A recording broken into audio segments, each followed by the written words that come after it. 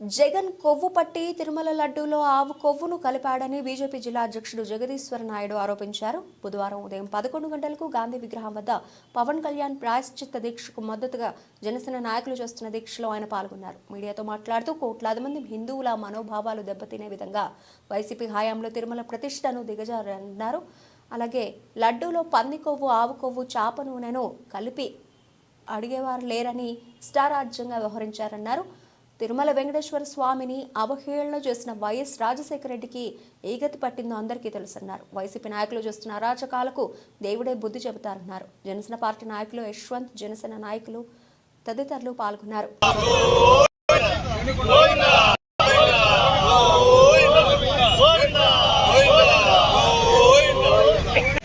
అవన్నీ కూడా లడ్డు నెయ్యి ద్వారా లడ్డూ ప్రసాదాలకు వచ్చేసింది. దాన్ని ఎవరు ఏం చేయలేని పరిస్థితి. ఇంకేం చేద్దాం? అందుకనే మా నాయకుడు పవన్ కళ్యాణ్ గారు మానసిక శోభ అనుభవించి దీక్ష కూర్చున్నారు. అందుకు మేము కూడా ఆయనతో పాటు మేమందరూ కూర్చున్నాము. దాంతోపాటు కూటమి కూడా మాతో సపోర్ట్గా అన్ని విధాలుగా సహకరించి దీక్ష వస్తున్నారు. జనాలు, హిందువులు అందరూ సపోర్ట్ చేస్తున్నారు. ఖచ్చితంగా దీనికి ఒక ఎండ్ రావాలి. ఎవరు తప్పు చేశారు? ఎన్నెన్నో ఏజెన్సీలు ఉన్నాయి. ఈబీ అంటారు, హైకోర్టు అంటారు, సుప్రీంకోర్టు అంటారు, లోకల్ కోర్టు అంటారు, ఎన్నో ఏజెన్సీలు ఉన్నాయి ప్రభుత్వంలో, ఈ వ్యవస్థలో. కాబట్టి దేన్ని సెలెక్ట్ చేసుకుంటారో ఏదైనా సరే న్యాయం జరగాలి. తప్పులు ఎవరు చేశారు, ఎందువల్ల చేశారు, ఫ్యూచర్లో దాన్ని ఏ విధంగా కంట్రోల్ చేయాలి, ఏ విధంగా ఆ దేవుడి పవిత్రతను ఏ విధంగా కాపాడాలని మనం అందరం కూడా ఆలోచించి తగిన నిర్ణయం తీసుకోవాలి. ఇది క్షమించరాని నేరం.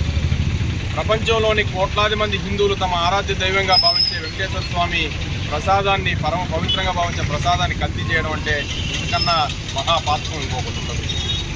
ఈరోజు పవన్ కళ్యాణ్ గారు సనాతన ధర్మం కోసం దీక్ష చేస్తున్నారు. మా మిత్రపక్షమైన జనసేన నాయకులు మేమందరం కూడా వారికి సంపూర్ణ మద్దతు తెలుపుతున్నాం. వారు ఎంత అగ్రెసివ్గా చేశారంటే హిందూ మతం కోసం వారు ఈరోజు పోరాటం చేస్తున్నారు. అదే సమయంలో మిగతా మతాలను కూడా వారు గౌరవిస్తున్నారు. మిగిలిన మతాలను ఏ విధంగా గౌరవిస్తున్నావో హిందూ సనాతన ధర్మాన్ని కూడా అదే విధంగా గౌరవించాలని ఈరోజు వారు పోరాటం చేస్తున్నారు. ఏదైతే గతంలో వైఎస్ఆర్సీపీ ప్రభుత్వం చేసిన అరాచకాలకు పరాకాష్ఠగా ఏడుకొండల స్వామి విషయంలో కూడా వారు ఘోరమైన తప్పిదాలు చేశారు. ఈరోజు వైఎస్ఆర్సీపీ నాయకులు సిగ్గు లేకుండా మాట్లాడుతున్నారు అక్కడ ఎటువంటి తప్పు జరగలేదని. అనేక రకాలైన 3-4 జాతీయ స్థాయి ఏజెన్సీలు అక్కడ నెయ్యిని పరీక్ష చేసి వీటిలో కల్తీలు జరిగాయని నిర్ధారించిన తర్వాత కూడా బుకాయించడం అనేది వారి యొక్క దుర్మార్గానికి పరాకాష్ఠ అని చెప్తున్నాను. అయ్యా జగన్మోహన్ రెడ్డి, మీ నాన్నగారు ఇదే మారన్నారు. 7 కొండలవాడు స్వామి అని ఒక అధికారి చెప్తే 7 కొండలు ఎక్కడ ఉన్నాయి, అక్కడ 3 కొండలే ఉన్నాయన్నాడు. అన్ని వారం రోజులకే శేషాచలం కొండల్లోనే మీ నాన్న ఏమయ్యాడో ఒకసారి నువ్వు ఆలోచించుకోవాలి. ఈరోజు తిరుమలలో భక్తులు పరమ పవిత్రంగా భావించే లడ్డూలో నెయ్యి కలిపి లడ్డూలు చేయరా నాయన అంటే ఆవు కొవ్వు కలిపి నువ్వు లడ్డూలు చేసావంటే నీకు ఎంత కొవ్వు అహంకారం పడితే మీకు ఇలాంటి పనులు చేస్తాను మీరు అంటే మిమ్మల్ని అడిగేవాళ్ళు లేడు. హిందువులు ఎవరు అడగరు. మనం అరాచకం సృష్టిస్తాం, ఈ సనాతన ధర్మాన్ని ధ్వంసం చేద్దామని చెప్పి నువ్వు ఇట్లాంటి కార్యక్రమాలు చేస్తావా? ఈరోజు నీ పాపం పండింది. దేవుడే ఆ విషయాన్ని ముఖ్యమంత్రి గారి ద్వారా బయటకు తెప్పించాడు. ఈరోజు నువ్వు చేసిన పాపానికి ఖచ్చితంగా నువ్వు ఫలితం అనుభవించాల్సిందే. ఎట్టి పరిస్థితుల్లో దోషులను వదలకూడదు.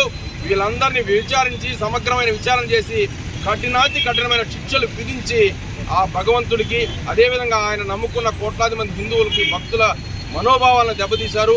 వీరిని కఠినంగా శిక్షించి ఆ మనోభావాలను దెబ్బతీసిన వారిని కటకటాల వెనక్కు పంపించాలని చెప్పి భారతీయ జనతా పార్టీ, జనసేన, తెలుగుదేశం మిత్రపక్షాల తరఫున మేము కోరుకుంటున్నాం.